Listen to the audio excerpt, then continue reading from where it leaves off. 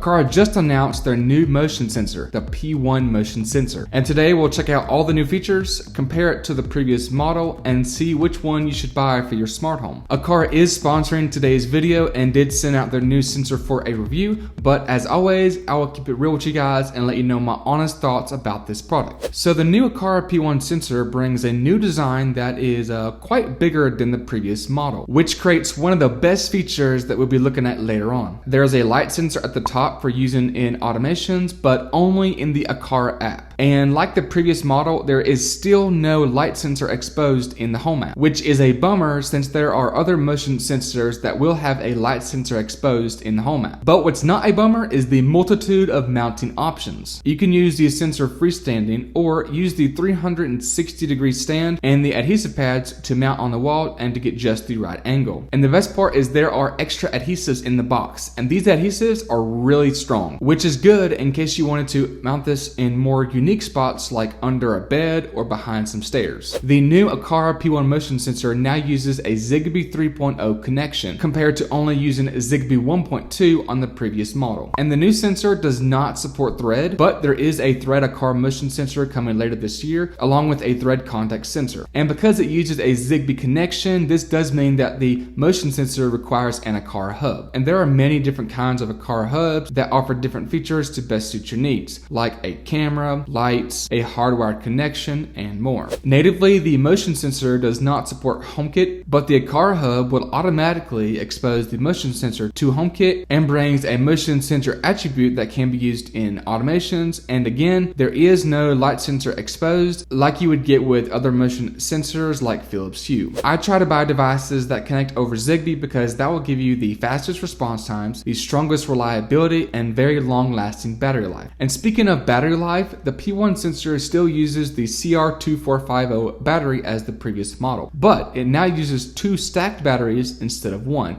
which allows for a whopping 5 years of battery life, which is incredible. However, replacing the battery on the new model is way more difficult than it is on the original model. On the original model, the base twists open and you can easily just swap out the battery. On the new one, you have to either pop off the base or pry it open with a flathead. Then you have to pry the battery compartment out, and if you're not careful, you'll scratch the insides of the cover like I did. And once the battery compartment is out, you can now see the 2 stacked batteries. Just push them out, which takes a little finessing, and then you can replace the batteries and put the cover back in and then put the base back on. Thankfully, this rarely has to be done since it has a 5-year battery life, but that is just something to keep in mind. Now, as great as the previous model is, I would say it didn't have very many basic features like detection at timeout and the ability to adjust motion sensitivity. Well, the new model adds both of these features and truly makes it the best HomeKit motion sensor. Detection timeout settings is how long the sensor will continue to detect that there is motion before it stops detecting motion. And this is especially helpful in automations. In the Aqara app, you can now choose from 1 to 200 seconds and use the pre-made times or type in your own time. And it's good to see that Aqara will allow us to now change the detection timeout settings, whereas on the original model, it was only defaulted to 1 minute. The P1 motion sensor works with other smart home platforms like IFTTT, soon to be Matter, and Amazon. And the Amazon app gives you the ability to create these deeper automations based on if no motion has been detected or not detected for a certain period of time, either minutes or even hours. The P1 motion sensor finally brings the ability to adjust motion sensitivity. In the Aqara app, you can adjust the sensitivity between 3 different levels: low, medium, and high.